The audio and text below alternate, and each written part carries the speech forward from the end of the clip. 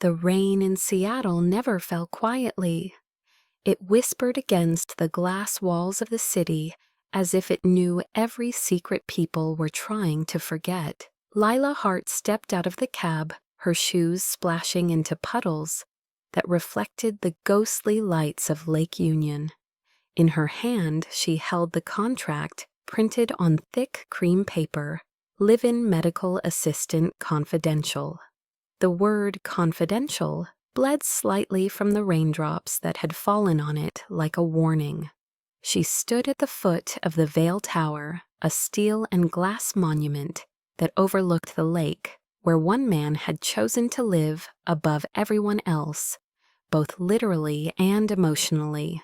The doorman recognized her name from the appointment list and pressed the elevator button in silence. As the elevator rose, her reflection in the mirrored wall looked small, nervous, and determined. She had promised herself she would not let fear ruin another opportunity. When the doors opened to the penthouse, she stepped into a different world. The space was vast, minimal, too clean. The air smelled faintly of antiseptic and cedar. Rain slid down the tall glass walls like veins of light, and in the middle of the living room stood a man in a dark shirt with rolled-up sleeves, his hand trembling as he tried to open a bottle of painkillers. Dr. Adrian Vail, the man the city called the miracle surgeon.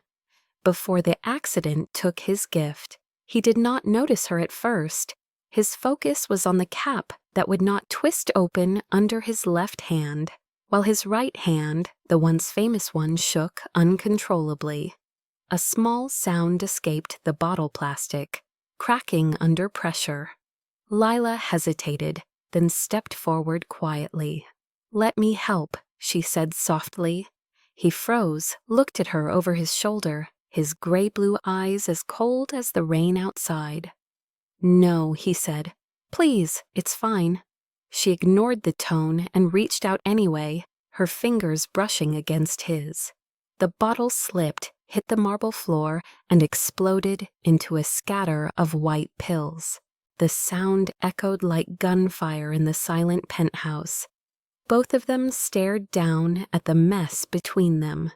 Then slowly, he looked up. His jaw tightened, and his voice, when it came, was low and hard. "Don't touch me." Lila's breath caught, but she didn't move back. "Then why did you call for help?" she asked, her voice steady, despite the trembling in her chest. The air between them thickened with something neither of them could name: anger, shame, recognition. He stared at her as if she had just spoken a truth he wasn't ready to hear. "Who are you?" he asked. "Lila Hart. You called for an assistant." "No," he said, turning away, his hand still shaking. "Serena called you." The sound of heels clicked from the hallway. "And thank God she did," came another voice, confident, calm, older. Dr. Serena Hale, his therapist and longtime friend, stepped into the room wearing a charcoal suit and a knowing smile. "You're the only applicant who didn't cancel after hearing who the job was for," she said to Lila. "Everyone else was afraid they'd be working for a ghost." Lila glanced at Adrian. "He's not a ghost," she said. "Just someone who forgot how to be alive." Serena raised an eyebrow, clearly amused. Adrian, however, looked like he might order her out on the spot. Instead, he said nothing. The silence pressed between them like a third presence. "You have 30 days, he finally muttered. "If you can stand the quiet that long, maybe I'll let you stay longer." Serena leaned close to Lila and whispered, "He doesn't mean that. He always tests people before he trusts them." "I'm not here for his trust," Lila said. "Just the job." She knelt down to pick up the scattered pills. When her hand reached for one near his foot, his shoe shifted back, almost flinching from her touch. For a second, their eyes met again. Behind his coldness, she saw exhaustion. Not physical, but the kind that comes from years of trying not to feel anything. She said nothing, just placed the pills back into the cracked bottle and set it on the counter. "You're bleeding," she noted, seeing a small cut on his knuckle. He looked at it, then at her. "You cause more damage than you fix? Then fire me." He didn't. Instead, he walked toward the glass wall, overlooking the lake. "The guest room is down the hall. Breakfast is at 6. Don't be late." Lila nodded, gathered her bag, and followed Serena's instructions toward the east wing. As she disappeared down the hallway, Serena turned to Adrian. "You could have handled that better," she said. He didn't look at her. "She shouldn't have touched me. She touched your pride, not your hand." He stayed silent. Outside, thunder rolled across the lake, and the rain intensified, blurring the city lights into streaks of gold and silver. Lila entered her small guest room, which smelled faintly of antiseptic and rain. She set down her bag and leaned against the window, staring at the reflection of the penthouse lights rippling across the water. She whispered to herself, 3 months, I can survive 3 months. But even as she said it, something deep inside her stirred an unexplainable curiosity about the man she had just met. Back in the living room, Adrian stood in the dim light, staring at the broken bottle and the blood on his knuckle. His reflection in the glass looked like a stranger. He whispered under his breath, "Then why did I call for help?" For the first time in years, he didn't have an answer. The next morning broke pale and silver over Lake Union, the rain having thinned into a mist that clung to the glass walls like breath. Lila woke to the faint hum of machinery from somewhere deeper in the penthouse. She dressed quickly, pulled her hair into a neat ponytail, and followed the sound to the main kitchen where Adrian sat at the long marble counter, scrolling through medical journals on a tablet. He didn't look up when she entered. "You're late," he said. "It's 6:02. 2 minutes," she replied. "I didn't realize time was a surgical instrument here. In my house it is." His tone was clipped precise. The breakfast table looked untouched, except for a black coffee and a half-eaten protein bar. She began to brew another cup without asking, then set it beside him.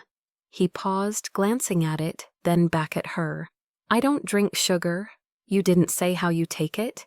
Consider it an experiment." "I don't like being experimented on." "Then don't hire scientists." That earned the smallest flicker of a smirk before he hid it behind the rim of his cup. She noted it quietly and sat across from him with her folder. About the job she began. Serena said it's a 3-month contract. He nodded. "Live in full confidentiality. You'll assist with my rehabilitation exercises and manage my medical schedule. You'll have your own space meals provided and a salary that should make the inconvenience tolerable." That sounds like a warning. It is. He slid a document toward her. "These are the rules. Read them before you sign." The paper was thin, neatly typed, and smelled faintly of antiseptic. 3 lines stood out. 1. Do not touch his right arm. 2. Never ask about the accident. 3. Under no circumstance enter the West Study after 10 p.m. Lila raised her eyebrows. "You realize how suspicious this sounds. You realize how little I care. Rule number 4 should be, don't talk back. You wouldn't follow it." He took another sip of coffee, watching her over the rim. "Do you usually argue this much with your employers?" "Only the ones who remind me of stubborn patience." "I'm not your patient. You're someone who needs help but refuses to admit it." That's close enough. The silence between them stretched, but it wasn't empty. It hummed with an electric awareness neither could define. "Finally," he said, "you'll start today." Physical therapy at 10. My assistant will bring the equipment. Do I get a name for the assistant? You're looking at him.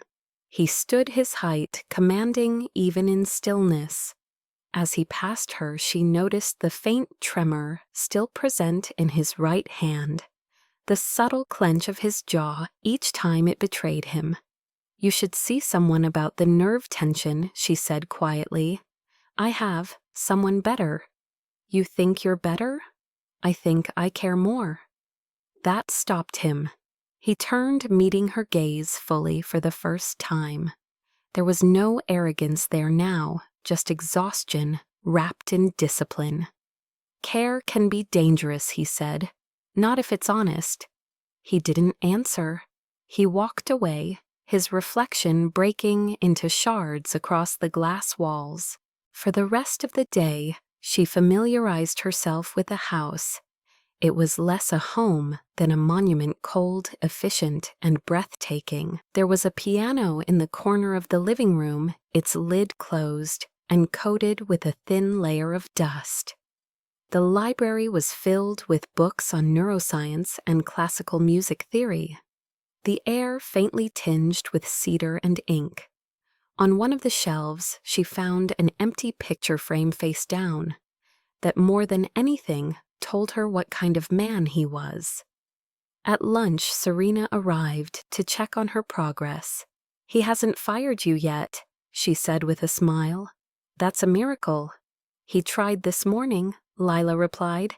He's not very good at it. Serena laughed. You'll find that Adrian lives inside his rules because he lost everything outside them. His hand, his peace. Serena studied her. Just don't mistake proximity for connection. The last assistant did. What happened to her? She stopped following the rules. Later that evening, as the sun burned faint orange over the lake, Lila heard the faint click of piano keys. Curious, she peeked from the hallway. Adrian sat before the piano, his left hand moving slowly, uncertainly across the keys, playing fragments of something unfinished. It wasn't pretty, but it was deliberate. She didn't speak. She just watched as the man who once held lives in his hands now struggled to hold a melody. He sensed her presence but didn't turn. You're breaking your own rule, he said. No talking after 10, no entering my silence. You play well, she said. You listen too closely. That's my job. Then you'll fit in here. She hesitated, then asked, Do I get a rule for when you forget to eat? He looked up, surprised by the softness in her tone. You make your own rules, Miss Hart. Just don't expect me to follow them. When she went to her room that night, she sat by the window again, watching the reflection of the city ripple across the water. She felt drawn to him, though she couldn't explain why. Maybe it was because he was broken in a way that made her want to understand, not fix. Maybe it was because he looked at her not as an employee, but as a mirror he didn't want to face. And somewhere across the hall, Adrian sat in the dark, replaying her words, the ones that had slipped under his armor. Care can be dangerous, he whispered to himself, not if it's honest. The rain returned soft and steady, sealing the night between them like a promise neither dared to make. The days settled into a rhythm that felt almost clinical in its precision. Morning light spilled through the massive glass panels of the penthouse, scattering gold across the polished floors. As Lila moved silently through the space, measuring out vitamins, checking medication logs, and tracking his tremor frequency on a tablet he refused to look at, Adrian Vale existed like a man suspended between worlds, half in the present, half in the echo of a life he had lost. His days were divided between therapy sessions, endless calls with investors, and long hours locked inside the West study that she was forbidden to enter. Lila respected that rule, but she noticed how his silhouette would sometimes remain unmoving for hours against the frosted glass, like a shadow that forgot it belonged to a body. At dinner, he rarely ate. Sometimes he'd stand by the window, staring at the city lights bleeding into the lake, his reflection overlapping with the skyline, like he wasn't sure where he ended and the world began. One evening, she decided to break the silence. "You could try eating with company," she said softly as she set down his plate. He didn't look at her. "I'm fine. Fine people don't leave food untouched. I didn't hire a critic." "You hired someone who notices." He met her eyes, then irritation flickering beneath exhaustion. "You notice too much, and you hide too well." The air between them thickened, filled with the quiet hum of rain on glass. She didn't push further. Instead, she reached for her own plate and sat across from him uninvited. For a long moment, he didn't move. Then, with a faint sigh, he picked up his fork. "You're stubborn," he muttered. "You're still eating?" she countered. A faint trace of amusement ghosted across his lips there and gone in an instant. That night, Lila walked the corridor of glass that bordered the living room. She'd grown used to the sound of the rain, whispering against the panes, to the sight of the lake below, rippling with silver light. But that evening she noticed something different, a piano key, pressed softly. A single note breaking the silence, then another, halting uneven. She followed the sound. The living room was dim, illuminated only by the glow of the city beyond. Adrian sat at the piano, shoulders tense, left hand, trying to complete a melody that faltered every few bars. His right hand hovered above the keys, shaking slightly as though the music mocked him. "Don't pity me," he said without turning. His voice was low, roughened by pride, and something older grief maybe. "I don't," she said, stepping closer. "I admire persistence." He exhaled a short, bitter laugh.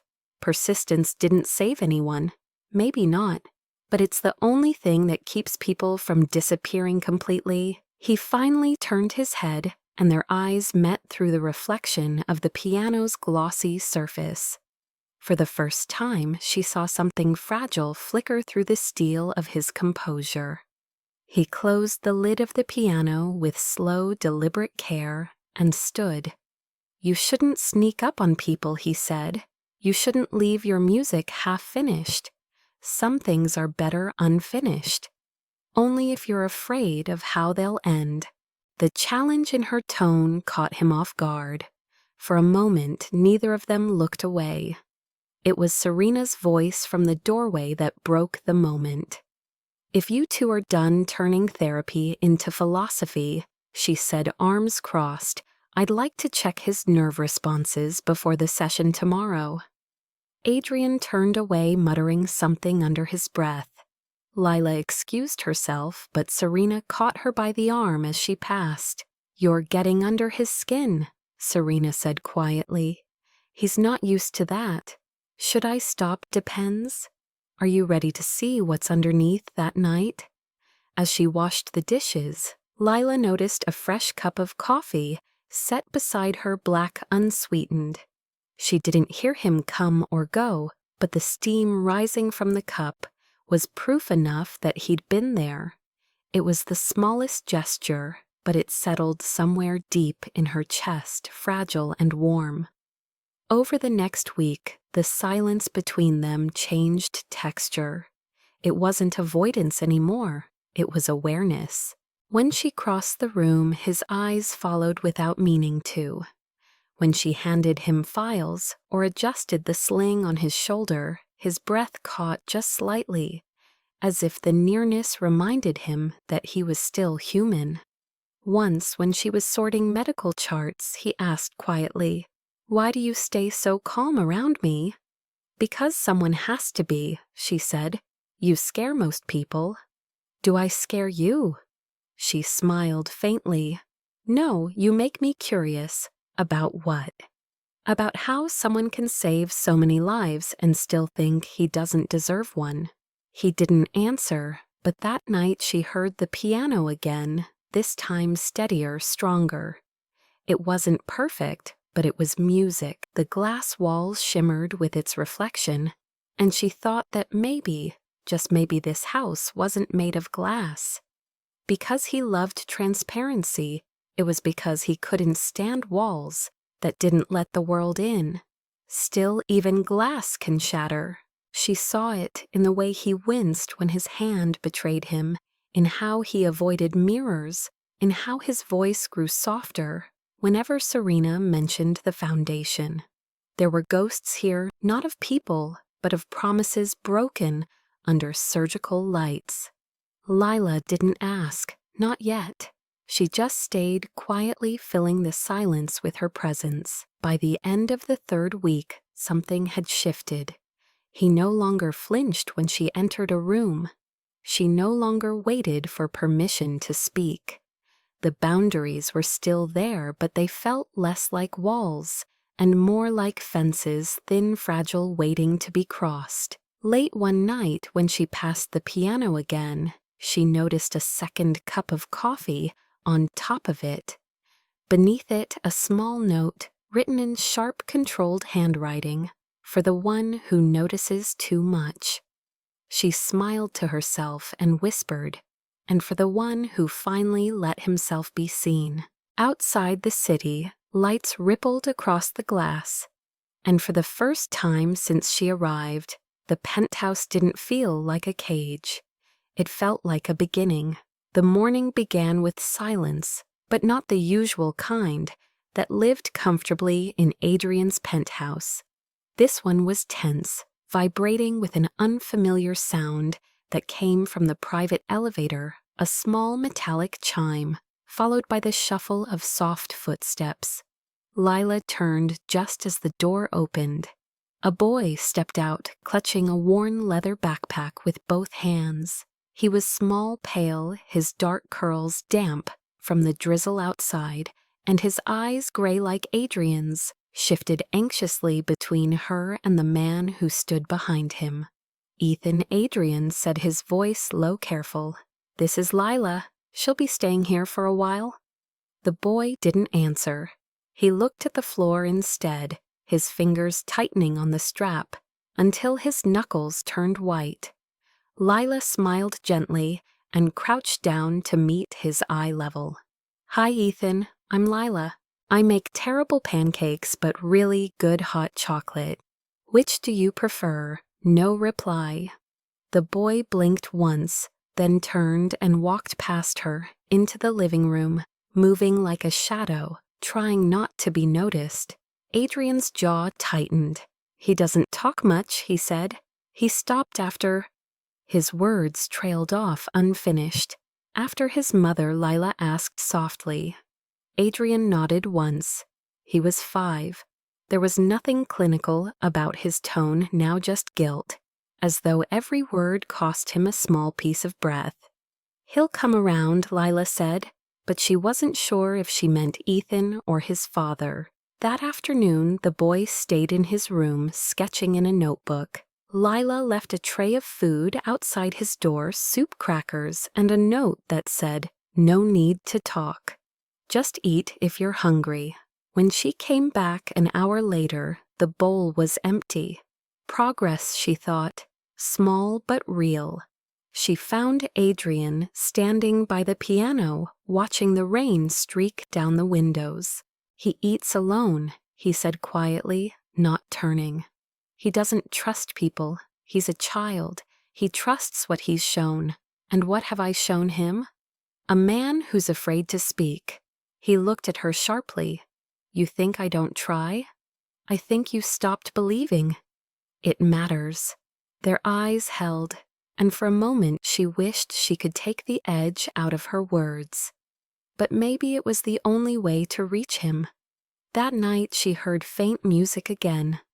Only this time it wasn't the piano. It was a small sound from down the hall, a whisper of something fragile and hesitant. She followed it to Ethan's door, which was slightly ajar. The boy sat cross-legged on the floor, sketching shapes that glowed faintly under the warm lamplight. A lake, a tall building, a man by a piano, and beside him a small figure with long hair. Her. He noticed her shadow at the doorway and froze. "That's beautiful," she said softly. "Can I see it?" Ethan turned the notebook slightly away, shaking his head. "Okay," she said, smiling. "How about you draw me one tomorrow? I'll trade you a cookie." He didn't nod, but his grip on the pencil eased. She left him to his silence, realizing that silence was his language too. It just needed to be heard differently. The next morning, when she entered the kitchen, she found a folded piece of paper on the counter. It was one of Ethan's drawings. A mug of hot chocolate with steam, shaped like a heart. She didn't need words to understand what it meant. When Adrian came in, she handed him the drawing. "He's trying," she said. He studied it for a moment, then set it down carefully, as though it were something sacred. "You're good with him," he said. "Children listen differently. You just have to earn their quiet first, and adults forget how." He turned toward the window, his reflection fractured by rain. "I don't know if I can fix what's broken in him. Maybe he's not the one who needs fixing," she replied. That night she found them both in the living room. Adrian was seated on the floor tools spread around him, fixing one of Ethan's small model planes. The boy watched silently, fascinated. "You remember how this wing attaches?" Adrian asked. Ethan hesitated, then nodded. Slowly he reached out and pressed the tiny piece into place. Their fingers brushed. Lila watched from the doorway unseen. The room felt warmer than it had in months. There, Adrian said, voice softer than she'd ever heard. "Perfect." Ethan smiled, not wide, but real, and for a brief moment, the boy's silence no longer felt like a wall, but a bridge. Later, when Adrian walked her to the kitchen, he said, "You're good for him." "He's good for you," she replied. "He reminds you to be human." He gave a faint, weary laugh. "And what does that make you?" "Someone who doesn't quit when people stop talking. You'll find I'm harder than most. Then you'll find I'm stubborn." Their eyes met again, and something unspoken passed between them. Recognition, perhaps, of two people who carried the same kind of loneliness, dressed in different shapes. That night, Ethan crept into the living room after she'd gone to bed.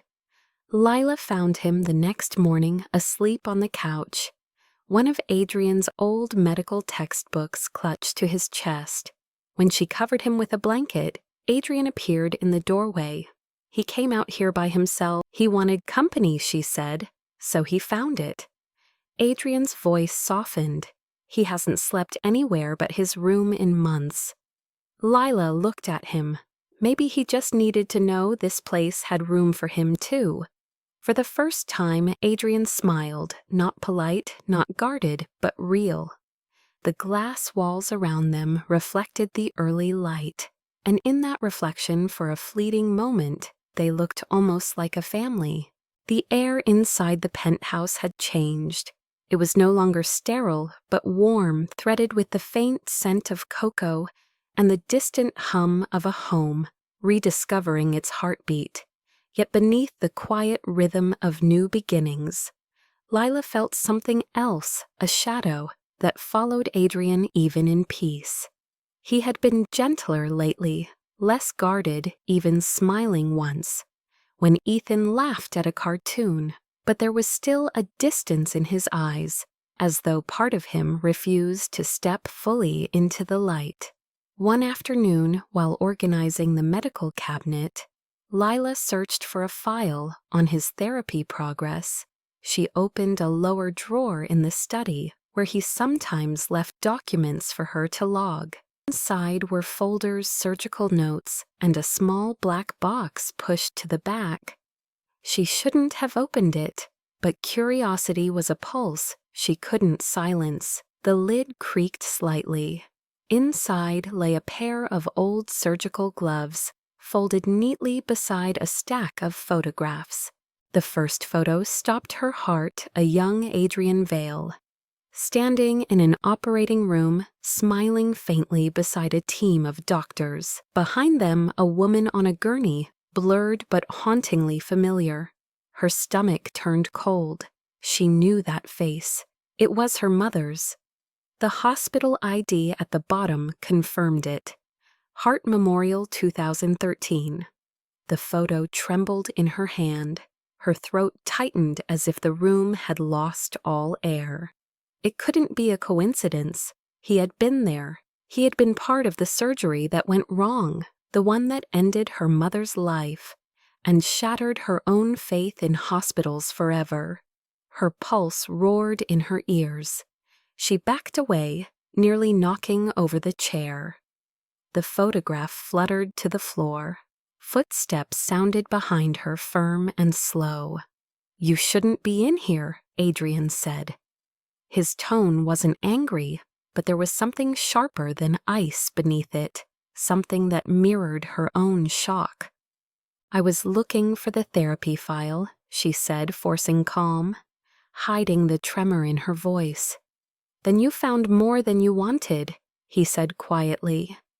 His gaze fell to the photograph on the floor. "That photo isn't mine anymore." "You kept it," she said, unable to stop the accusation from cutting through her words. "Why, because I couldn't throw it away." He moved closer, stooping to pick it up, his injured hand shaking slightly. Everyone else walked away. "I didn't. You were there." "Yes." "And she died." "Yes." The honesty in his voice hurt more than denial ever could. "Why didn't you tell me?" she whispered. "Because you never asked," he said simply, but the pain behind his words was raw, unguarded. "I didn't hide it to protect myself. I hid it because nothing I say can change what happened." Lila stepped back, her heart pounding. "You don't get to decide what I can handle. And you don't understand what it means to live with what I've done," he said. "I relive that night every time I close my eyes. Every tremor in this hand is a reminder of the moment everything broke. You think I need forgiveness? I just needed to function." His words hit her like a storm. Functioning isn't living, Adrian. He closed his eyes. Living is for people who still believe they deserve it. For a moment, neither spoke. The sound of rain returned softer now, as if the city itself was listening. Lila turned away, gripping the edge of the desk until her knuckles went white. Her mother's face floated behind her eyelids, peaceful in memory, tragic in truth. "She trusted you," Lila said finally, her voice trembling. "She believed doctors saved people." "I tried," he whispered, his voice cracking. "I swear to you I tried. But when the artery ruptured, there wasn't enough time. We lost her before we even understood why. And when the press came for me, I didn't fight it. Maybe I thought I deserved it. You built an empire out of guilt." "Maybe," he said. "Or maybe I built something that meant her death wasn't meaningless." He looked up at her, then eyes clouded with sorrow and something else pleading. "You think I don't remember her? I remember every word she said before anesthesia. She talked about you, said you wanted to be a nurse, said she hoped you'd never lose your kindness." The room tilted. The world felt small and heavy. Lila sank into the chair, tears spilling despite her effort to contain them. She said that he nodded. "I kept that photo not as a trophy, Lila, but as a sentence. Every morning I see it before I start my day. It reminds me of what I can't fix and what I owe." She wanted to hate him, to let the fury burn through her grief, but his voice broke something inside her instead. She reached into her pocket, realizing she still held one of the old surgical gloves she had pulled from the box. Its texture felt like memory, sterile, fragile, and full of ghosts. Without thinking, she clenched it in her hand, and for a heartbeat she saw not the surgeon who'd failed her mother, but the man who'd been carrying that failure like a wound that never healed. "You could have told me," she said quietly. "And what would you have done?" "I don't know," she whispered, "but I wouldn't have looked at you like a stranger." He exhaled shakily and turned toward the window, the reflection of the city slicing his figure into fragments. "I didn't want you to look at me at all." She stood the glove still in her hand and stepped closer. "Too late," she said softly. "I already do." His head turned slightly as though those words startled him more than the discovery itself. He looked at her then, not as the man she worked for, but as someone stripped bare of everything but remorse. Neither of them moved the silence between them, heavy with the truth. Neither wanted, but both needed. Finally, she slipped the glove into her pocket. "I'll finish the report for today," she said, her voice steady now. "Dinner will be ready at 7. He didn't stop her when she walked past, but when she reached the door, his voice came low, rough. "I didn't just lose her that night, Lila. I lost every patient after. You're the first person I've let close since then. Don't let that be another mistake." She didn't answer. In the kitchen, her hands trembled as she set the pot to boil. The rain outside turned heavier, beating against the glass like an echo of everything unsaid. Upstairs, Adrian stood in the study, staring at the empty drawer where the glove had been. When he realized it was gone, a faint, broken smile touched his lips as if somehow the weight had been shared, not stolen. The days that followed moved like slow currents beneath the glass walls, quiet, but charged with a weight neither of them could name. The photograph had not been mentioned again, but it existed between them like static humming, under every word, every silence. Adrian withdrew into longer hours of work, while Lila buried herself in routine, measuring his pulse, organizing therapy schedules, pretending the air didn't change every time they were in the same room. Yet something had shifted irreversibly. The avoidance felt more intimate than closeness. One morning, Serena stopped by for a review session. She set up the portable stimulator, instructing Lila to assist with Adrian's motor reflexes. "He's improving," Serena said, watching the readings. "Still lacks coordination on the right side." Adrian gave a humorless smile. "Translation, I'm a liability with a scalpel." "Translation," Serena corrected, "you're human, which you hate." "It's inefficient," he replied. "So is denial," she said, glancing at Lila. "Help him stretch the joint, slowly. Don't force it." Lila nodded, slipping the brace from his wrist and placing her fingers gently around his palm. His skin was cool but alive beneath her touch. "Relax," she said softly. "I am relaxed," he muttered. "You're vibrating. That's nerve feedback. That's ego." His jaw flexed, but when she guided his hand upward, he didn't pull away. The tremor eased slightly, his breath shallow but steady.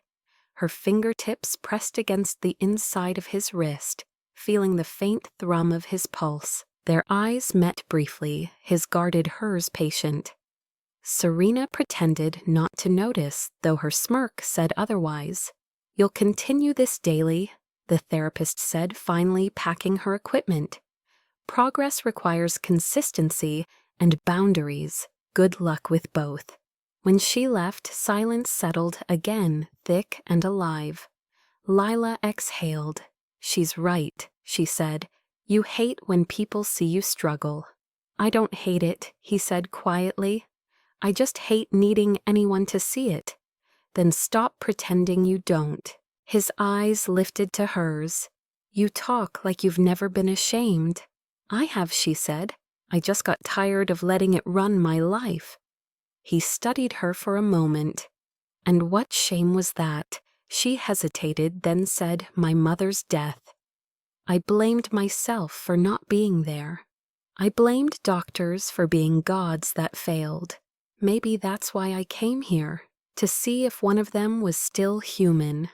His gaze softened, the faintest trace of vulnerability flickering beneath his composure. "And what did you find, a man who punishes himself for being mortal?" He looked away, the tension in his shoulders visible. "Careful, Lila. You're crossing a line." "Which one?" "The one between observation and intrusion. Maybe that's where healing starts." Her tone was calm, not defiant, but it struck something raw inside him.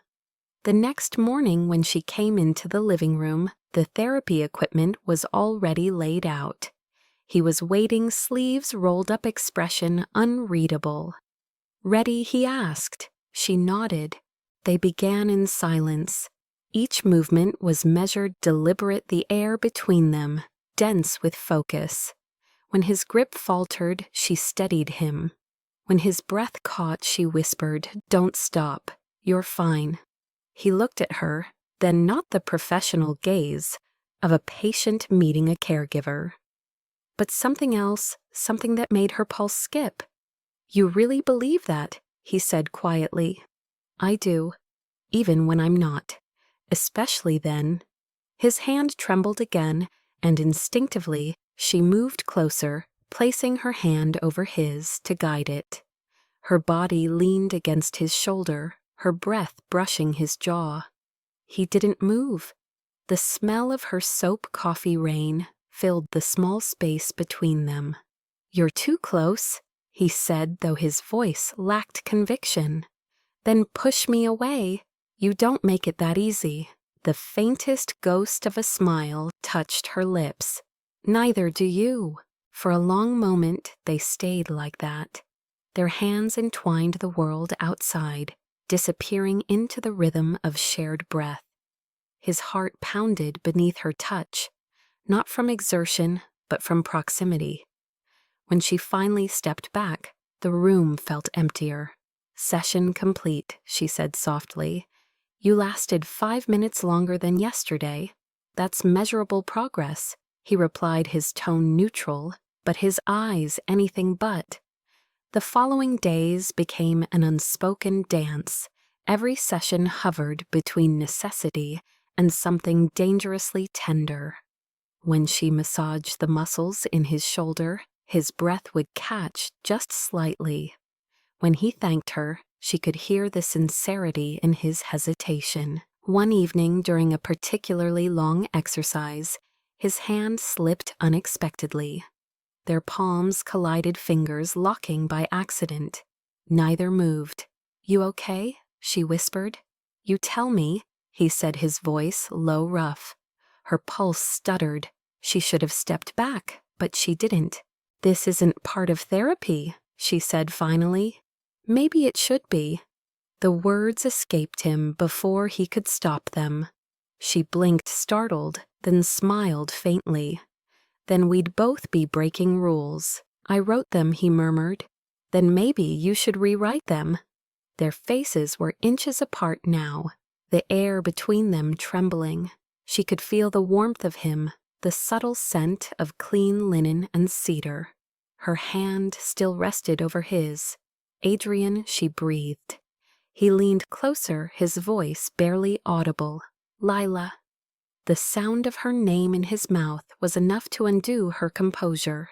Just as his lips brushed the edge of hers, a knock at the door shattered the moment. Serena's voice echoed down the hall. "Adrian, you missed your afternoon check-in." They both froze, breath tangled. Lila stepped back, her cheeks flushed. "You should go," he whispered. "You should answer."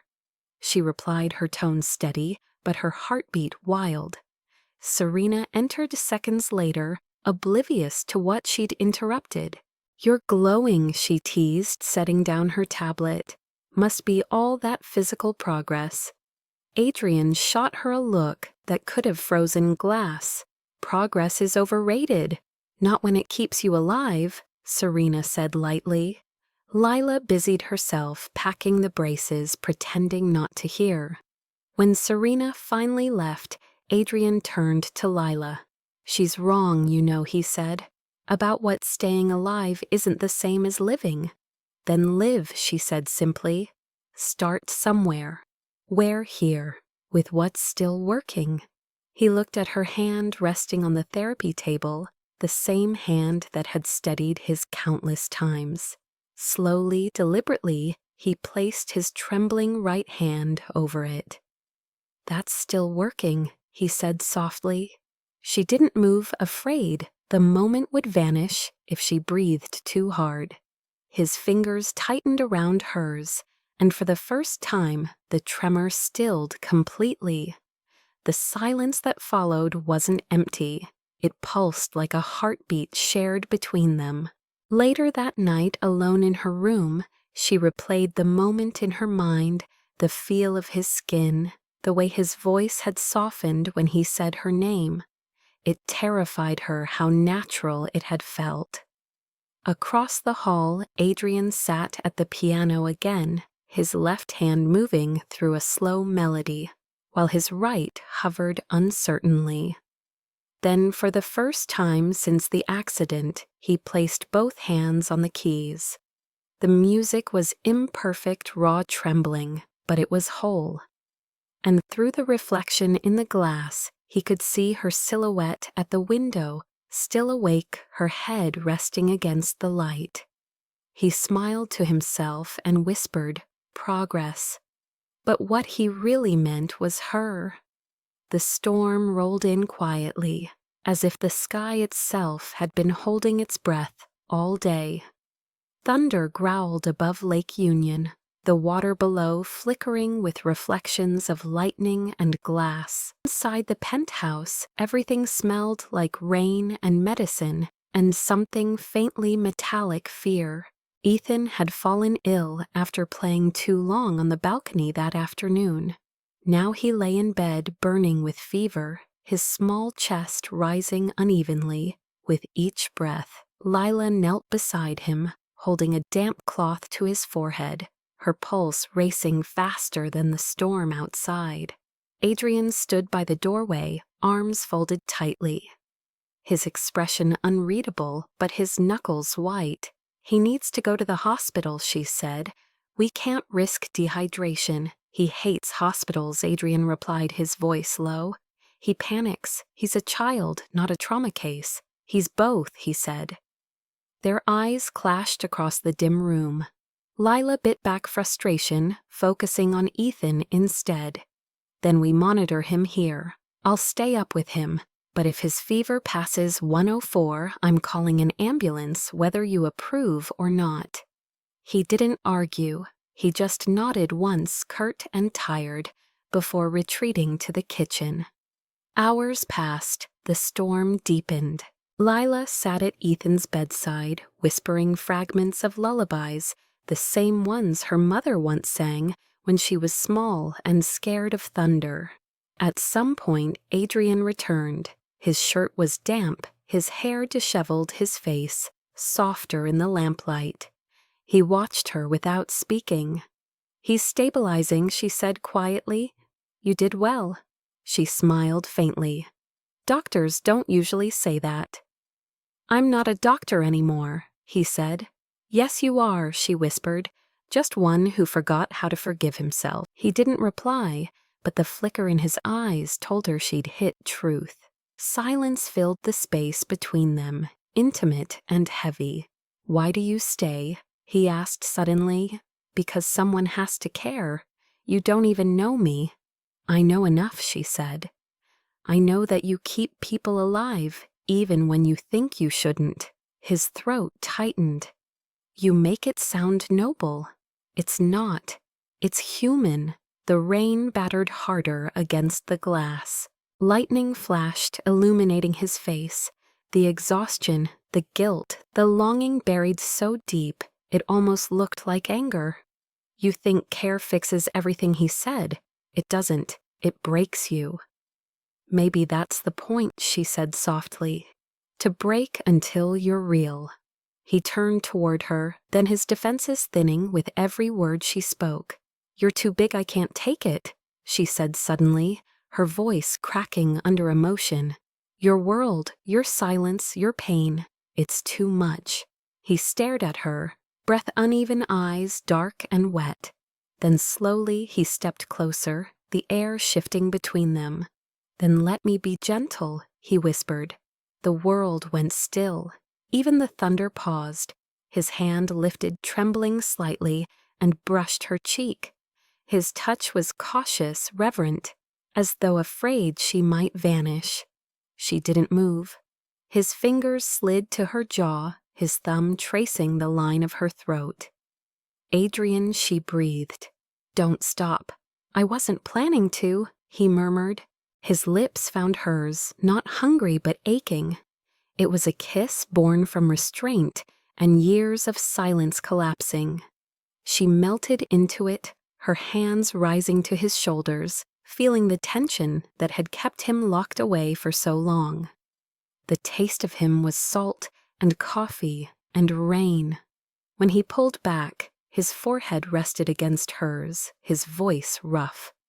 Tell me this isn't a mistake. If it is, she whispered, then it's the kind that makes life worth living. He laughed softly, the sound breaking into something almost like relief. You don't know what you're doing. Maybe not, she said, but I know how to stay when it matters. Their breath tangled again, their closeness humming, with something both dangerous and sacred. For the first time in years, he didn't feel broken. He felt alive. They stayed like that for a long while, holding on as though the world outside might wash them away. When Ethan stirred in his sleep, Lila pulled back, smoothing the boy's hair. He'll be fine, she said. Because of you. Because of us, he corrected. She smiled, small and tired. You should rest. I can't. You can try. He hesitated, then nodded. She followed him to the living room where the storm had softened into drizzle. The piano stood near the window, its surface glinting faintly under lightning. He sank onto the bench, his right hand trembling as he reached for the keys. She stood behind him watching. Play, she said. I can't. You can. You'll hate it. I'll listen. He pressed one key, then another. The melody was slow, imperfect trembling, but beautiful in its brokenness. After a few bars, his hand faltered. She stepped forward, her hand covering his. Don't stop, she whispered. You're fine. Lila, he said, his voice almost breaking. If I let myself feel this, then you're finally healing, she said. Let it happen. He turned his head slightly, looking up at her. You're dangerous, he murmured. You make me want things I don't deserve. Then earn them, she said simply. Their eyes held, and something fragile yet unstoppable passed between them. He lifted his hand to her face again, his thumb grazing the corner of her mouth. You're still shaking, she whispered. Not from pain, he said. His lips brushed hers again, gentler this time, like an apology, like a promise. When they broke apart, the room felt different, warmer, lighter, alive. He looked down and saw something on the piano bench beside them, her old medical glove, the one she'd once kept hidden. He must have found it. You kept this, she said. I couldn't throw it away, he replied. It reminds me of the first time someone touched me without pity. Her throat tightened. That's not why I came here, I know, he said, but it's why I can't let you go. Morning crept in. Before either of them realized the storm had passed, the city glowed pale blue through the mist. Lila poured 2 cups of coffee and set one beside him. His hand brushed hers, warm, now steady. I'll forget this, he said softly. No, you won't, you're sure? Yes, Because for the first time you didn't run from yourself. He looked at her then with an expression she'd never seen peace. Then stay, he said. For a while. She nodded. For a while. The house was silent again, but this time the silence wasn't empty. It was the sound of two hearts learning to share space inside the same quiet. When she turned to leave, the faintest smile touched his lips. "Lila," he whispered. She paused at the doorway. "Yes, thank you for reminding me what gentle feels like." She smiled back. "You reminded yourself." Outside, the lake shimmered beneath the fading clouds, and the city woke to a world that somehow felt new. Upstairs, Ethan slept soundly, his fever broken. Downstairs, two souls sat in the quiet aftermath of love's first real confession, the kind that doesn't need words to exist. The night of the gala arrived, wrapped in silver rain and city light. The kind of night when Seattle seemed to shimmer from within. The Vail Neurotrust Charity Ball had always been a celebration of innovation, but this year it felt more like a reckoning. The glass atrium of the Grand Mariner Hotel pulsed with violin music cameras flashing as elites arrived in waves of satin and suits. Adrian adjusted his cufflinks in the back seat of the black sedan, his reflection sharp against the window. Lila sat beside him, her hair swept up a simple black dress, tracing her frame with quiet elegance. "You don't have to do this," she said softly. "I do," he replied. "It's my name on the foundation. My silence can't protect it anymore." She studied him, the hard lines of his jaw, the quiet steadiness in his eyes. "You're not alone," she said. He looked at her, then a flicker of gratitude breaking through the armor. "That's what scares me." When they entered the ballroom, conversations dimmed like ripples folding inward. It wasn't just his presence, it was the story everyone thought they knew. The fall of the prodigy surgeon, the mysterious comeback, the rumors of guilt. Marcus Dwyer stood near the stage, immaculate in his tailored tuxedo, the smile on his lips thin as paper. Adrian Marcus greeted his tone smooth and venomous. "Good to see you outside your glass tower," Marcus Adrian replied evenly, still mistaking ambition for character, still mistaking guilt for redemption. Marcus's eyes flicked toward Lila. "And this must be your new therapist assistant," she corrected sharply. Marcus chuckled. "Of course, the man who can't save himself always hires someone to try." She felt Adrian tense beside her, but he didn't respond. Instead, he guided her away with a quiet hand on her back. The event moved quickly. Speeches, champagne, the distant hum of a string quartet. Lila watched him from the edge of the crowd, the way he stood tall under scrutiny, his composure unflinching even when whispers followed him. When his turn came to speak, the lights dimmed a single spotlight, illuminating the stage. He took a breath before stepping to the podium. "Thank you for being here," he began, his voice calm, resonant. "This foundation was built on a belief that human lives are worth every risk. I once forgot that. I let fear and failure decide what kind of man I would be. But failure isn't the end. It's the start of a new kind of honesty." The crowd murmured approvingly. Lila smiled faintly, pride swelling in her chest. But then Marcus appeared again, holding a microphone with the casual cruelty of a man who'd been waiting to draw blood.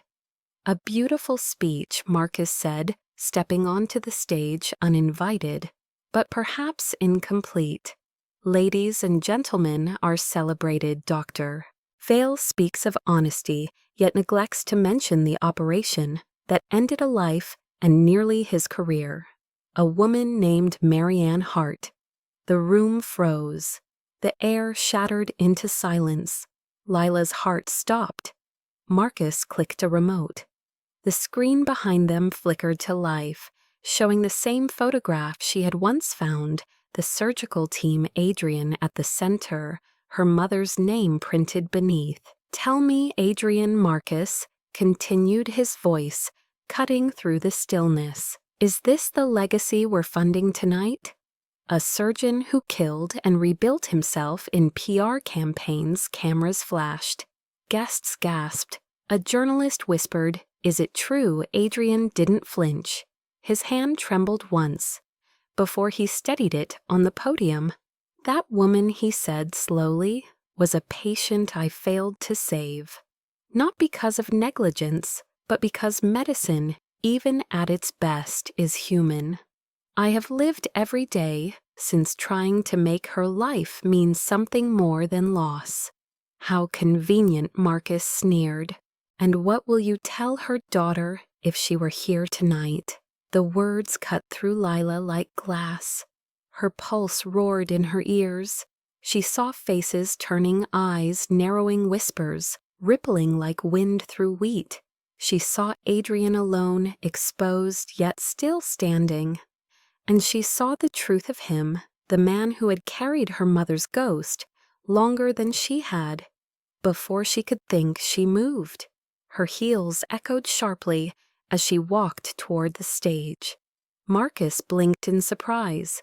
"Miss, this is not that woman," she said into the second microphone. Her voice, trembling but clear, was my mother. The room gasped again, but she didn't stop. She turned to face Adrian, her eyes shining fierce and wet. "And the man you're accusing was the only one who tried to save her." Silence engulfed the room. Marcus froze. Adrian's eyes widened, shock and anguish flickering together. "I blamed him for years." Lila continued, her voice breaking slightly, "because it was easier than facing the truth that some things aren't anyone's fault, that life isn't fair and loss doesn't always come with a villain. But I've seen this man fight for others when no one was watching. I've seen him give more of himself than anyone I've ever known." She turned to Marcus, her words sharp as steel. "You wanted to destroy his name to feed your pride, but all you've done is prove that you never understood what medicine means." The ballroom erupted in murmurs, some gasping, others clapping softly, the air shifting from accusation to awe. Adrian stepped forward, his eyes locked on hers. "Lila," he said quietly, "you didn't have to do that." "I know," she whispered, "but I wanted to." Marcus's composure cracked. "You think this saves him?" "No," she said, "he saved himself the moment he chose truth over reputation." Security approached discreetly as the host intervened, escorting Marcus off stage. The tension in the room melted into applause, tentative at first, then stronger. Adrian stood frozen under the lights, his chest rising unevenly. He looked at her as if the ground beneath him had finally steadied. "You shouldn't have had to carry that," he said softly. "Neither should you," she replied. The applause grew louder, echoing through the glass ceiling, thunder disguised as grace. Afterward, in the corridor behind the ballroom, the world felt strangely quiet. Adrian leaned against the wall, exhaling as though shedding years of ghosts. Lila stood across from him, her hands still trembling. "You were incredible," he said. "No," she whispered. "I was just tired of being silent. You risked everything." "So did you," she said. He reached for her hand, hesitating before his fingers brushed hers. "You've changed everything, Lila." "No," she said softly. "You just started seeing it." He smiled faintly, the kind of smile that came only after surviving a storm. "I don't know what happens next," he admitted. "Neither do I," she said. "But I know it starts with forgiveness." The doors to the ballroom opened behind them, the sound of applause spilling out like light. He looked at her one last time before stepping back into it. The cameras turned, flashbulbs bursting like fireworks. But for the first time, Adrian Vale didn't look haunted. He looked free. And somewhere inside that freedom, Lila realized she had just rewritten both of their histories, not with denial, but with courage. For a fleeting second under the glass dome, filled with rainlight, she saw her mother's reflection smiling back at her. The night after the gala bled into gray morning, the kind that made Seattle feel heavier than usual. Rain streaked across the penthouse windows like veins of exhaustion. The city buzzed below with Whisper's headlines, flashing across screens. Dr. Adrian Vale exonerated by patient's daughter. Love scandal and redemption in the world of billionaire medicine. But not everyone was kind. Social media burned with debates, some calling him a hero, others branding the moment as staged sympathy. The truth had freed him, but it had also made him a target again. Lila sat at the kitchen counter, scrolling through her phone, until she couldn't bear to read another comment. "They don't know you," she said quietly. Adrian stood near the window, his reflection fractured by raindrops. "They don't need to," he replied. "They only need to believe what fits their story. And what's yours, a man who killed his reputation to keep his soul?" His voice was steady, but the weariness beneath it was unmistakable. He had barely slept. His right hand trembled slightly as he lifted his cup, the tremor more pronounced than before. "You need rest," she said. "I can't. The board meeting's at noon. Marcus is filing to remove me as trustee. After everything, especially after everything." She walked over, placing her hand over his. "Then let me come with you." He shook his head. "No, you've already done too much." "You don't get to decide," that she said softly. "You told me once living starts with what's still working.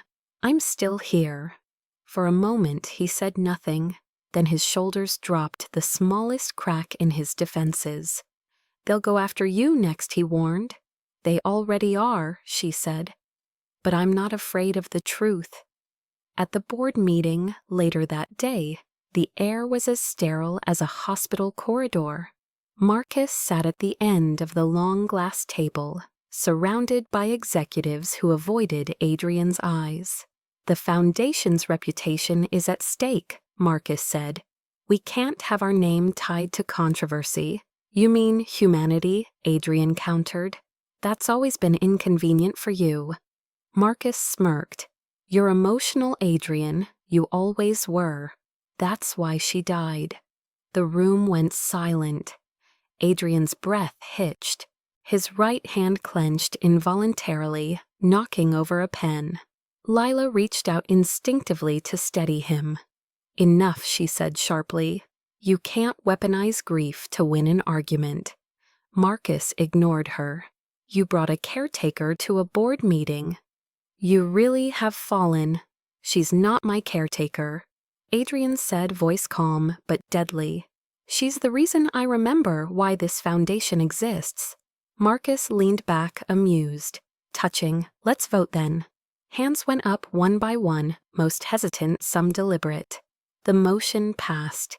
Adrian was out. When the meeting ended, the boardroom emptied like a slow exhale, leaving only the three of them. Marcus smiled thinly.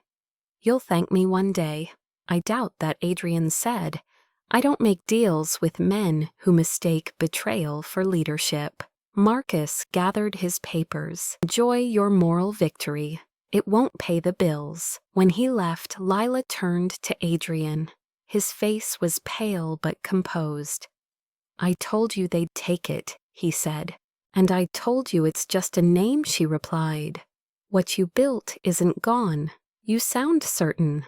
"Because I've seen what stays when everything else falls apart." That night the penthouse was silent.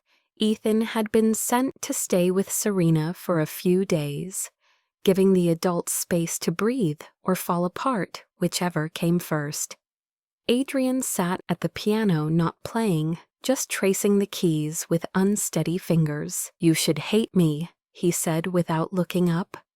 "I was part of what destroyed your family." "No," she said from the doorway. "Fate destroyed it. You just happened to be standing in the wreckage." Still he whispered, "You deserve better. Then stop pushing me away and be better." He looked up, eyes dark and tired. "You make it sound simple. It's not. But it's possible." She walked over, sitting beside him. "What are you afraid of? That if I let myself love you, I'll ruin you too." "Then let's ruin each other," she said softly, "and call it living." He laughed once, broken disbelieving, and turned toward her.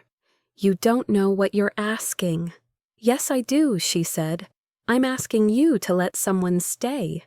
He closed his eyes. "You shouldn't. You don't get to decide that either." For a long time they sat in silence, the storm outside echoing the one inside him. Finally he whispered, "You need to go, Lila." "No, you have to. You've done enough. Don't let my mess stain you." She shook her head.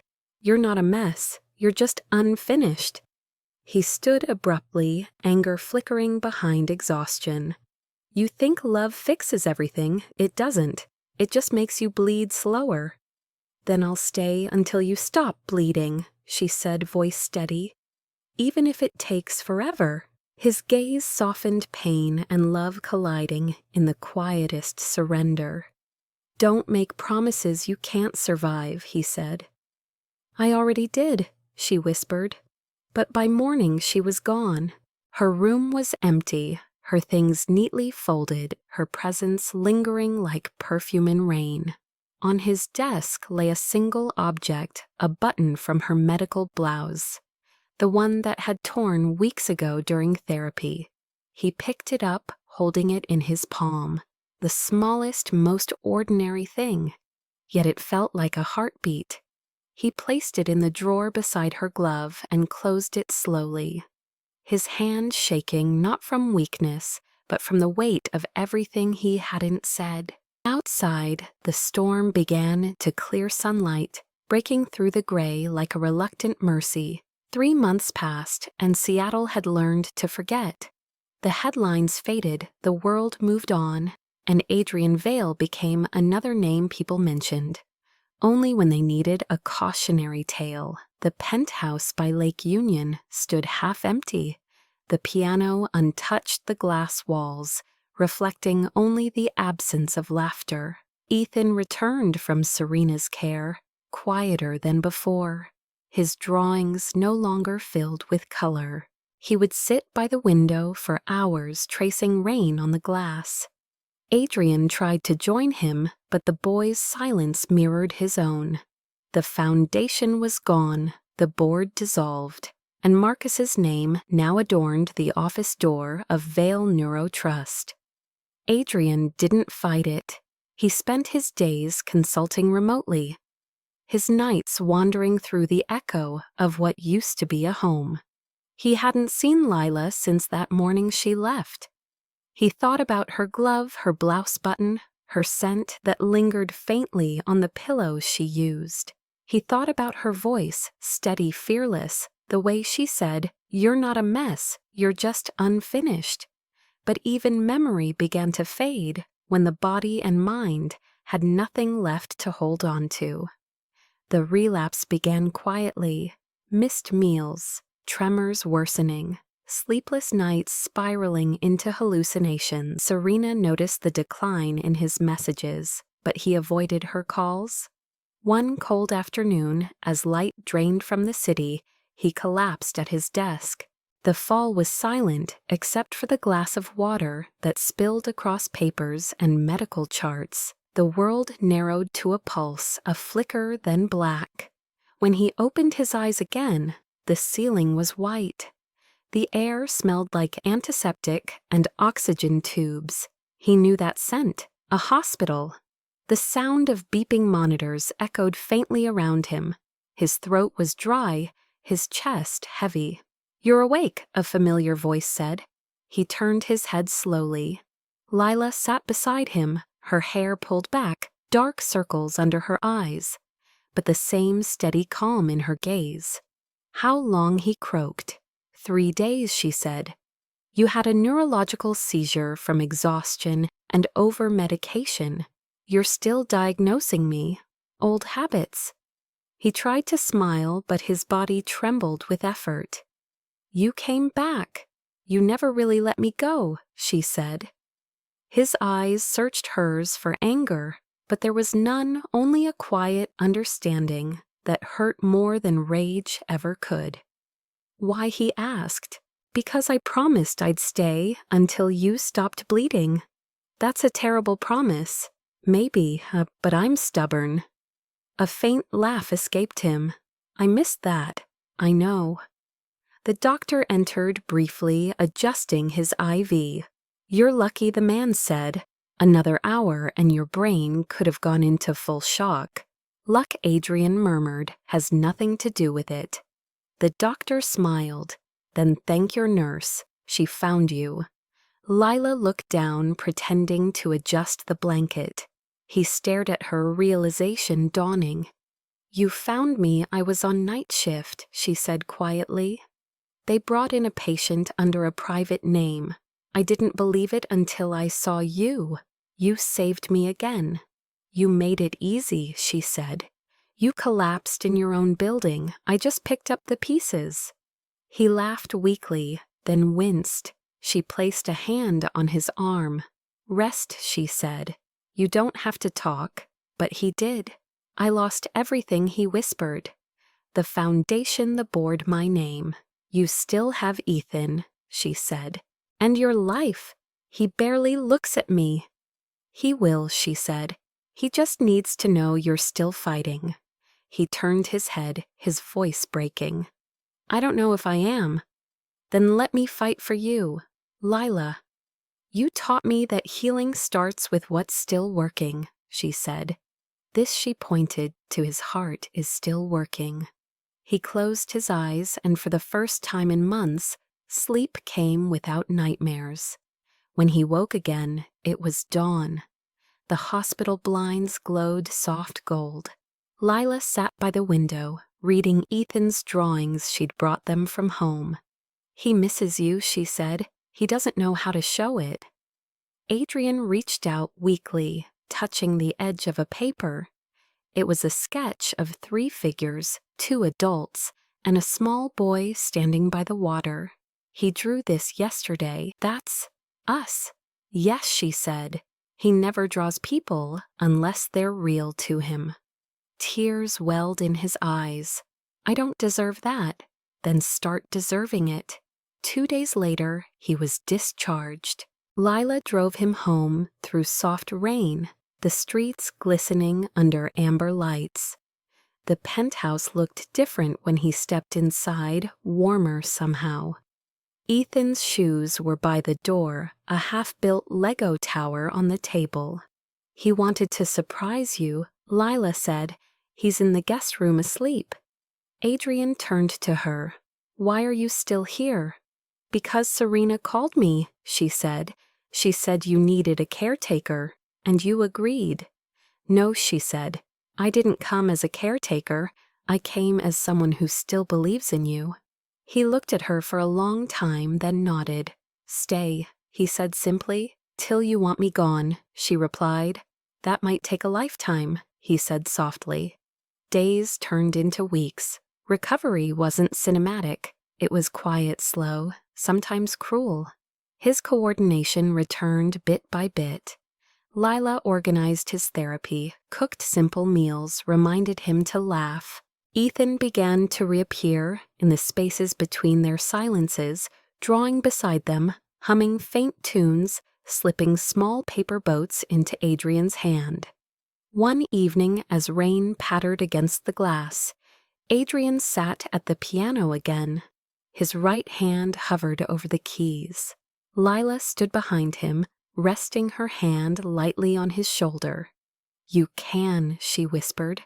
"You've said that before, and I'll keep saying it." He pressed one key, then another. The melody came haltingly, but his hand didn't shake. The sound filled the room like a breath returning after years of holding it. When the final note faded, he looked up at her. "You came back," he said again, softer this time. "I never really left," she whispered. He turned on the bench, eyes searching hers. "I don't know what this is anymore, love, redemption, or something in between." "It's healing," she said. "And healing never looks the same twice." He smiled faintly. "You make it sound poetic." "It's just life," she said. "We just forgot how beautiful it can be." He reached out his fingers, brushing her wrist, then her hand. The tremor was gone. "You were right," he said. "About what? What's still working?" She smiled, tears glinting in her eyes. "You," she said, "are still working." He leaned forward, resting his forehead against hers. "Then maybe I'm finally ready to live again." "Good," she whispered, "because we've all been waiting." The clock ticked quietly, rain softened to mist, and for the first time in a long while, the house felt like home again. The spring sunlight over Seattle came shyly that year, as though unsure it was welcome after such a long season of storms. The cherry trees along Lake Union bloomed late, scattering pale petals across the sidewalk outside the newly renovated building that once bore the name Vale Neuro Trust. Now a new sign gleamed on its glass facade, the Heart Foundation, for patient safety and medical accountability. Side reporters gathered cameras, ready voices hushed with anticipation. Lila stood behind the podium, adjusting the microphone with a steady hand. She wore a simple white blouse and a navy blazer. No jewelry, no makeup beyond necessity. Beside her, Adrian waited in a tailored gray suit. His expression composed the faint tremor in his right hand, almost invisible now. Ethan sat in the front row swinging his legs, a small paper boat in his hands. "Thank you for being here." Lila began, her voice calm but resonant. "This foundation isn't about money or reputation. It's about what happens when medicine forgets the faces behind the files. It's about accountability, yes, but also forgiveness." She glanced at Adrian, their eyes meeting briefly, an entire story exchanged in silence. "Years ago," she continued, "I lost my mother during surgery. For a long time, I believed anger was the only way to honor her. But I was wrong. Healing doesn't come from blame, it comes from change." She stepped aside, then allowing Adrian to take the stage. The room fell completely still. He looked out over the crowd, journalists, doctors, former colleagues, and patients who'd once trusted his hands. "I was part of the system that failed people," he said simply. "I've spent years running from that truth, but I learned something through the people who refused to give up on me." His voice wavered once, but he didn't stop. "Mistakes don't define us. What we do after them does." The line hung in the air, resonant and raw. He continued, "This foundation will fund programs to prevent surgical errors, to train doctors not just in precision, but in humility. It will also provide scholarships to children who've lost parents due to medical accidents, because the world owes them more than silence." A murmur of emotion rippled through the audience. Lila blinked back tears. Adrian paused, then added softly, "The name Heart was chosen for a reason. It belongs to the woman who taught me what courage looks like in its truest form, and to her daughter who taught me what forgiveness feels like." The room erupted in quiet applause, then grew to a swell of sound that filled every corner of the hall. Ethan clapped the loudest, his small voice breaking through with a cheer that made everyone smile. When the conference ended, journalists approached with questions, but Adrian declined politely. "Today isn't about me," he said. It's about the people we can still save. Later, when the crowd thinned and the building emptied, Lila found him by the window, overlooking the lake. The water glittered with sunlight, and a faint wind carried the scent of cherry blossoms. "You did it," she said. "You turned everything you lost into something that saves others." He smiled faintly. "No," he said. "We did it." "You could have rebuilt your name," she said. "Instead, you built hope." He turned toward her, his voice low. "Hope was all I had left. Then you gave it shape." She stepped closer, their reflections overlapping on the glass. "Do you still think you don't deserve it every day?" he said. "But now I'm learning to live with that and still be grateful." He reached into his pocket and pulled out a small envelope, plain and white. "What's this?" she asked. "It's not a ring," he said. "It's better." She opened it and froze. Inside was a legal document transferring half the ownership of the Heart Foundation to her name. "Adrian," she whispered. "You can't." "I can," he interrupted. "You gave me life again. Let me give you legacy." She stared at the paper, then at him. "This isn't a proposal." "No," he said softly. "It's a promise." "To what?" "To never let what we built die with us." Her eyes filled with tears, and she laughed quietly. "You always find new ways to surprise me. I'm a man of limited talents," he said, "but I'm getting better at love." "You are," she whispered. "And love, like medicine, takes practice." He stepped closer, his hand brushing her cheek. "You've been my greatest teacher." "Then learn this," she said, her voice trembling. "Forgiveness isn't a cure, it's a choice." "Then I choose you," he said simply. She didn't need to answer. Her kiss did it for her. It was quiet, grounded, full of the peace they had both fought for. Outside, Ethan's laughter echoed from the hallway, chasing away the last shadows of their past. Adrian smiled against her lips. "Looks like someone's ready for us." She smiled back. "Looks like we're finally ready for him." As they turned toward the sound, sunlight flooded the room, catching the edges of the new sign on the wall. The letters shimmered like a vow, Heart Foundation, because every life deserves another chance. And in that moment, neither of them thought about the pain, the loss, or the storms behind them. They thought only of the future, one built not from perfection, but from the courage to begin again. A year later, the lake was calm again. The city glowed like glass dipped in honey, the air soft with the sound of laughter and distant bells. The house by Lake Union looked different now, still lined with the same tall windows, still filled with the hum of rain and light. But it breathed differently, like a living thing. There were flowers on the counter, crayons on the coffee table, and the faint scent of cinnamon drifting from the kitchen. The grand piano, once an instrument of sorrow, now bore Ethan's toy cars across its lid. On this morning, the boy wore a tiny vest and polished shoes that squeaked when he walked. "Mama, he's nervous," Ethan announced, his brown eyes wide with mock seriousness. Lila looked up from the bouquet she was arranging, smiling softly. "Who's nervous, Daddy? He's pretending not to be." She glanced across the room where Adrian stood by the window, straightening his tie for the 5th time. "You're right," she whispered. "He is." Adrian turned and caught them watching.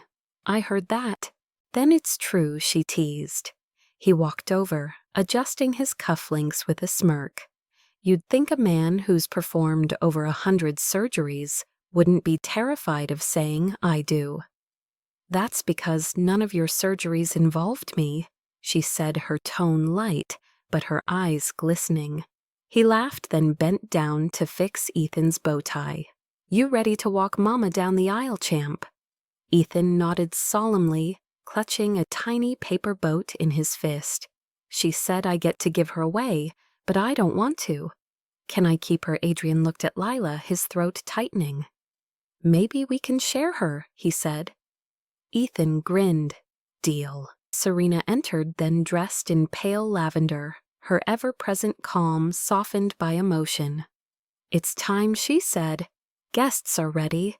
The ministers waiting by the lake. Lila took a deep breath, her fingers trembling slightly as she lifted the bouquet.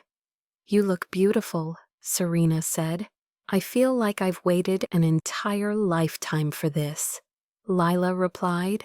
You both have, Serena said gently. Outside, the ceremony had been set beneath a canopy of spring blossoms.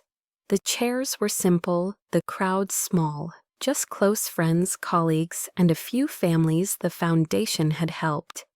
The lake glittered like liquid glass sunlight, skipping across its surface. As the music began, Ethan walked first, carrying the paper boat like a royal treasure. Lila followed, her dress brushing against the grass, her hair loose around her shoulders. When she reached the altar, Adrian turned toward her, his eyes already wet. For a long moment, neither moved. It was as if the entire world had quieted to make room for their breath. The officiant smiled knowingly. Before we begin, he said, Dr. Vale has prepared a few words.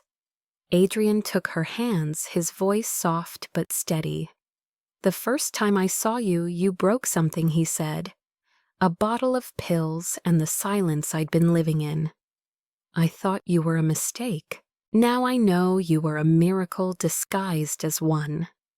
Lila laughed through her tears, her grip tightening around his.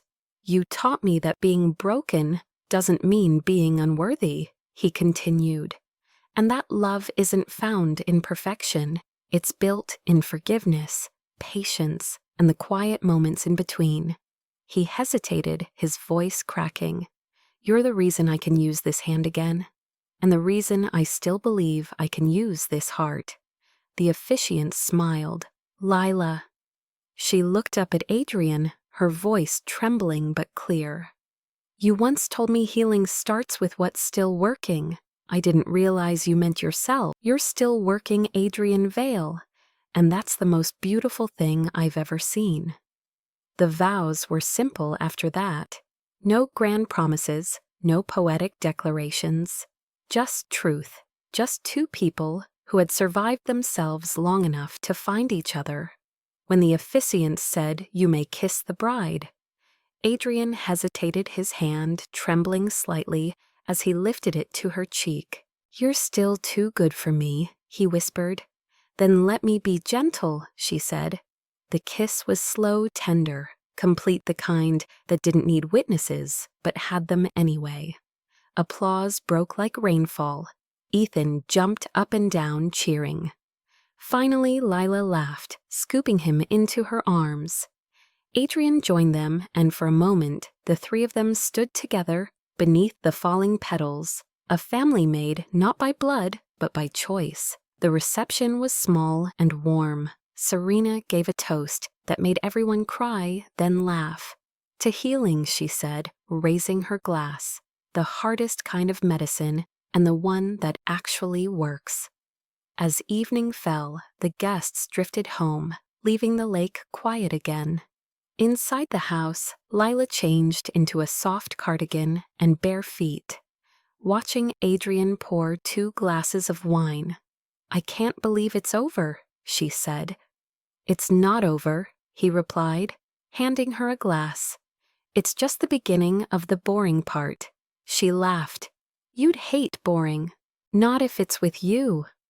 They clinked glasses, then walked to the piano. He sat, she stood behind him, her hands resting on his shoulders. Play something, she whispered. I don't know what to play. Then let your hands decide. He began slowly, the melody uncertain at first, then growing in strength. It was the same song he had tried to play years ago, the song that had once stopped halfway through. But now he played it whole, both hands steady, every note alive with gratitude. When he finished, she kissed the top of his head. You did it, she whispered. No, he said. We did. He looked down at his hand, the one that had once betrayed him, now holding hers. You saved me. You saved yourself, she said softly. I just reminded you what gentle feels like. Outside, the last of the sun melted into gold across the lake. Ethan slept upstairs, clutching the paper boat from the ceremony. Adrian and Lila sat by the piano, the light from the window painting them in amber.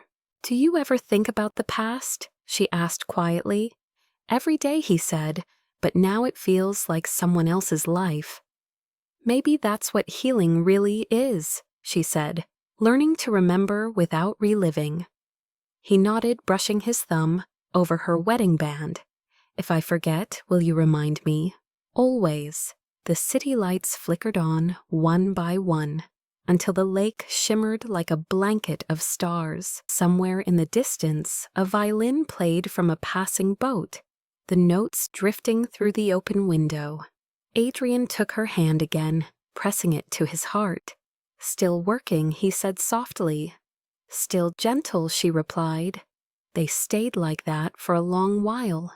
Two souls who had once lived in silence, now surrounded by the quiet music of a world made new. When the wind shifted, it carried the faintest echo of their vows across the lake, a whisper that lingered like the memory of light. Mistakes don't define us. Love does. If this story touched your heart, take a deep breath before you scroll away. Somewhere in Seattle tonight, the lake still reflects the same kind of light, the kind that finds broken things and makes them shine again. Maybe you know someone like Adrian Vale, a person who hides behind success, who believes silence is safer than love. Or maybe you've been Lila, the one who stays, the one who heals through kindness, even when her own hands are trembling.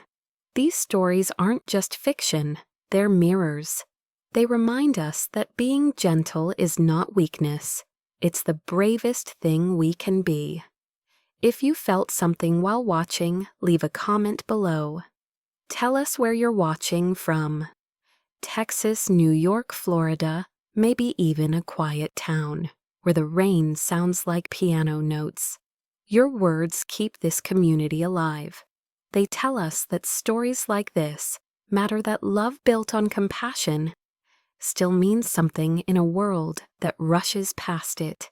If you believe second chances are real, tap the like button. If you believe healing can come through another person's hands, share this story with someone who needs to remember that. Every time you subscribe, you're helping us bring another tale like this to life, a story about people who fall apart and then find their way home. That's what Emma's Stories stands for: cinematic love, quiet courage, and the belief that even the loneliest heart can learn to feel again. So if this story left you holding your breath, don't leave yet. The next one might just remind you that love doesn't have to be loud to be powerful. It can whisper, it can tremble, it can start with something as small as helping someone open a bottle of pills, because sometimes all it takes is one gentle moment to change everything. Subscribe, stay, and join our family of dreamers who still believe in love that heals.